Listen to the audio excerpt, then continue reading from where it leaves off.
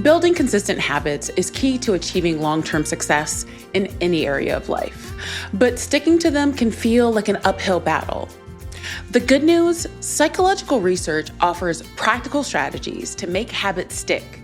Here are 10 evidence-based tips with real-world examples to help you stay on track. Welcome back to Savvy Psychologist. I'm your host, Dr. Monica Johnson. Every week on this show, I'll help you face life's challenges with evidence-based approaches, a sympathetic ear, and zero judgment. My first tip is to start small. Break your goal into tiny, manageable actions. For example, John wants to start meditating but struggles to find time. Instead of aiming for 30 minutes, he starts with just 1 minute a day, sitting quietly after waking up. Once this becomes a habit, he gradually increases the time. I can't stress starting small enough. Following up on the example, one of the biggest excuses I get for not implementing mindfulness is not finding the time. And as your resident internet psychologist, I am looking at you going, you don't have time to pay attention to your life as it's happening? Take the minute, and you will find over time, you will create the space. My next tip is to use habit stacking. This is where you attach a new habit to an existing one. For example, let's talk about Sarah. Sarah wants to drink more water. She decides to drink a glass of water every morning right after brushing her teeth. The existing habit of brushing serves as a cue for the new habit. True story. Years ago, I was trying to increase the number of times I floss in a week. How did I do it? By leaving floss next to the computer. And prior to checking my email for the day, I had to head back to the bathroom to get in a quick flossing. Believe me when I say that this works. Tip number 3 is to focus on identity, not outcomes. Frame your habits as a part of your identity. I am a healthy eater rather than I want to lose weight. For example, Mike wants to start exercising to get fit. Instead of saying, I want to lose weight, he tells himself, I am a gym goer. This mindset shift motivates him to be more consistent, get up, and go to the gym. Generally speaking, I find when something is your identity, you can't really fail at it, but you can be motivated to be more in line with that identity. For example, I hate the gym, but being healthy is a value of mine, and I define myself as an active person. What does an active person do? She goes to the gym. When she can't go to the gym, she goes for a walk.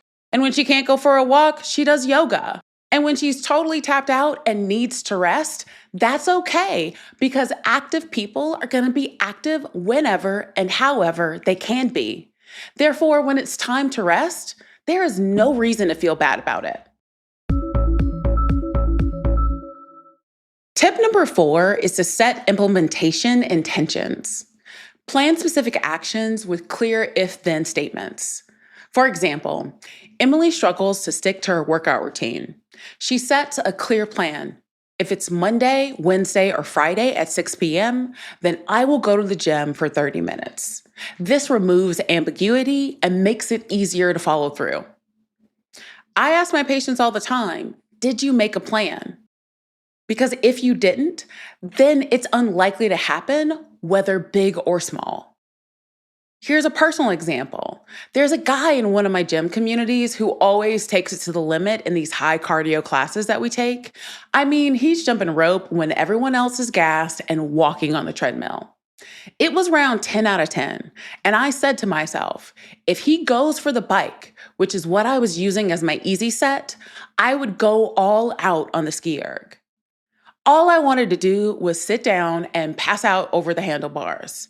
But when I saw him walking towards the bikes, I dragged my feet all the way over to the ski erg and accomplished my intention. That 1 minute showed me I can do hard things even when I don't want to. Tip number 5 is to track your progress. Use a habit tracker or calendar to mark each successful completion. For example, David wants to read more. He sets a goal to read 10 pages a day and marks his calendar for each day that he completes it. Seeing a streak of checks motivates him to keep going and not break the chain. Building habits is like trying to train a stubborn puppy. It takes patience, consistency, and let's face it, a lot of treats. Preferably metaphorical ones unless you're into dog biscuits.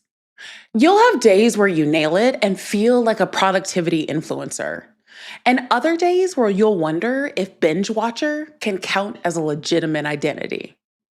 Be kind to yourself and start small.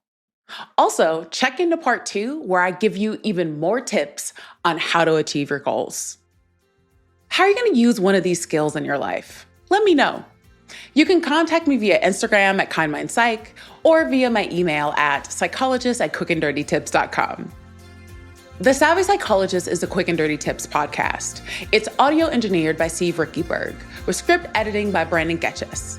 Our podcast and advertising operations specialist is Morgan Christensen. Our digital operations specialist is Holly Hutchings. And our marketing and publicity associate is Avina Tomlin. Nathaniel Hoops is our marketing contractor. Follow Savvy Psychologist on Apple Podcasts, Spotify, or wherever you listen to podcasts. That's all for this episode of Savvy Psychologist.